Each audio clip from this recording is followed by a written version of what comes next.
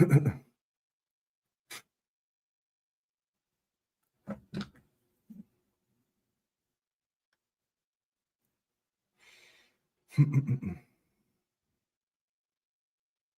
shift the feed real quick.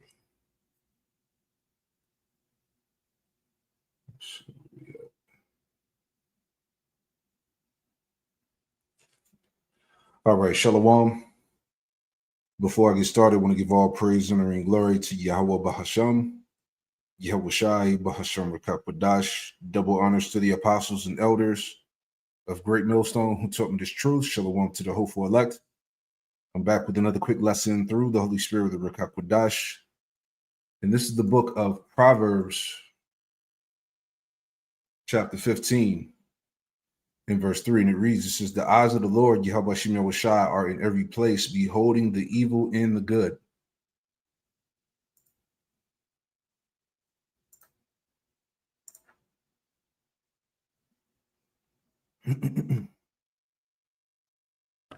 Here is a real issue from a religious point of view, and I don't want to get into religion. Okay. But let me explain something. What happens if these people that we all know exist, these critters, these graves, whatever you call them, what if they're not subject to original sin?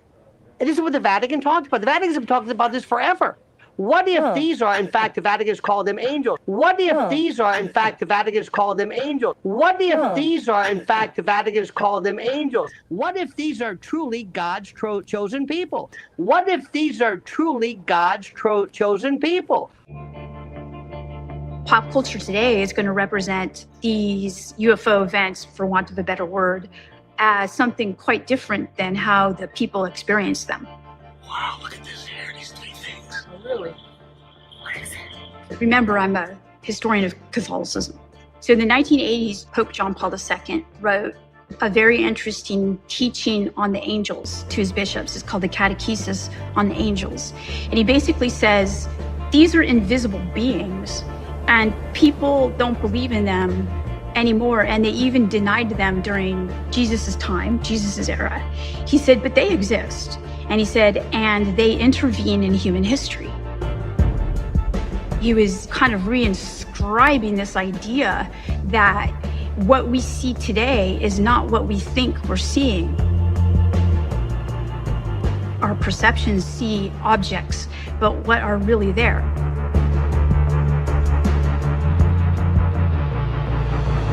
What would it mean for our humanity for us to discover that, in fact, there are other sentient beings that are capable of traveling here?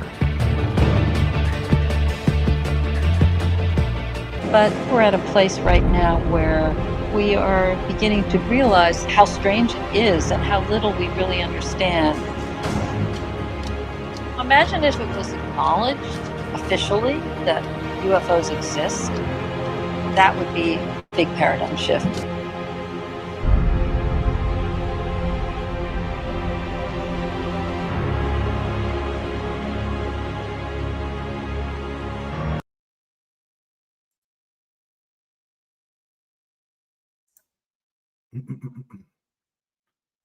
All right, here we go. Let's pull this up. All right, so this article here is from internewscast.com, right? So it says, J.D. Vance suggests UFOs and aliens may be spiritual forces. Check that out. You think they don't know? All right, they know exactly what this is. All right. J.D. Vance suggests UFOs and aliens may be spiritual forces. The vice president commits to unveiling sky mysteries. Okay, so as we all know, as well as these devils, all right, they know that Yahweh Shem Yahweh Shai and the angels exist.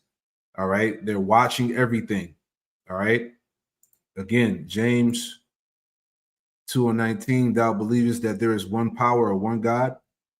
Thou doest well. The devils also believe and tremble. All right. The devils also believe and tremble. All right. And I always make reference about this article that came out back in 2018 and 19. So when we talk about these devils, they know what's going on. They're watching everything. This is the point that I'm making. Right. So this is from 2019. It says Bill Gates backs Earth Now, a live surveillance project for the entire planet. So when you look into it, he has over like, I want to say 2,000 or so or more satellites in orbit all around the Earth. Okay. So they're watching the Earth in live surveillance, real time. Okay. And they're seeing all of the, the videos of the chariots, man, with the world England calls UFOs, UAPs. This whole ordeal with the three-eye atlas. All right. They're seeing these huge, fatherships, navigating the heavens. They're seeing things on Earth happen that can't be explained. All right. So again, they know what's up.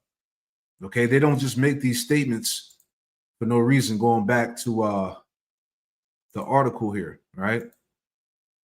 He just didn't say this to say it, that these so-called UFOs and aliens may be spiritual forces, right?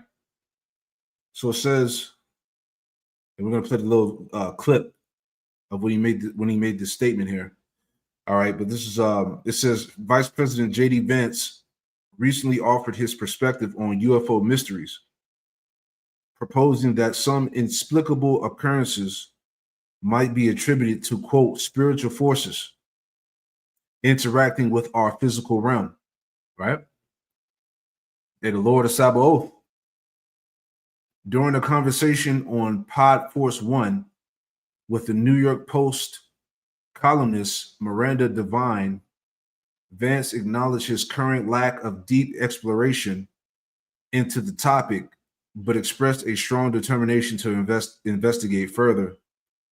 He said, quote, "I can't let myself get too caught up in my duties to overlook this. I am committed to uncovering the truth," Vance emphasized. All right, so let's just play that part of the clip from the interview on this podcast. All right, let's pull it up. It's about 5 days ago. Podcast Force One with Miranda Devine. All right, I wept at Jesus' tomb. Trump's 2028 dream ticket with, quote, best friend Rubio and UFO mysteries. So I just want to go to the point. It's like at 55 minutes. All right. Where he made the statement. Bear with me.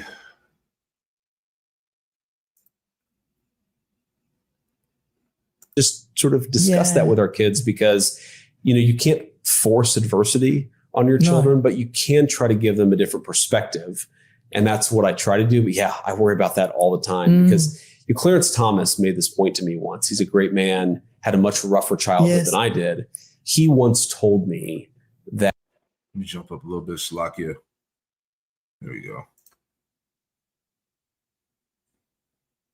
I grew up gave me great perspective, and hopefully my kids can benefit from that. One last question about UFOs. So I'm a mad UFO lunatic Me as too. well. Yeah. So, and you said, I think the Ruthless podcast, that you were going to, in August, you were going to figure out what happened. So have you That was a little tongue in cheek. I have not figured it out yet. I haven't had the time to figure it out yet. But you've got access to all this. I do. And I really want to sort of dig into it. Marco's actually very interested in this too. We talked about this talked about this back in our Senate days. So yeah, there's certainly an interest there. There's certainly an intrigue, but I haven't yet had the time to really dig in. Things have been so busy, but this is the crazy person inside of me. And there's, all of us put the tinfoil hat on from time to time. I'm like, I can't allow myself to become so busy that I spend the next 3 years and I don't get to the bottom of this. So I will get to the bottom of this, but it's going to take me a little time. Because Tulsi Gabbard says that she believes there are aliens. Do you believe that? I don't, it's interesting.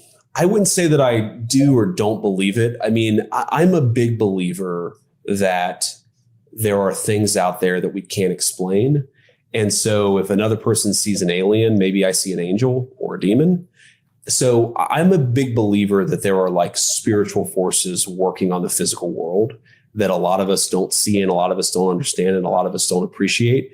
But, is it aliens or is it our guardian angel, or is it aliens or is it a not so guardian force that doesn't care about us or in fact actively wishes us harm? I don't know the answer to that question. What I try to No, they know the answer. But they have to he has to say these things, but they know that this is a force that's not with them. They know that Yahweh Shah and angels are here. They know what's getting ready to happen. They're preparing, to fight against the Lord. Revelation, the 12th chapter. I had heard something online that a lot of this government shutdown and things like that is really to not, really get into this. All right. But they know what's up and they're preparing for it. Right. Let's play that part again. All right.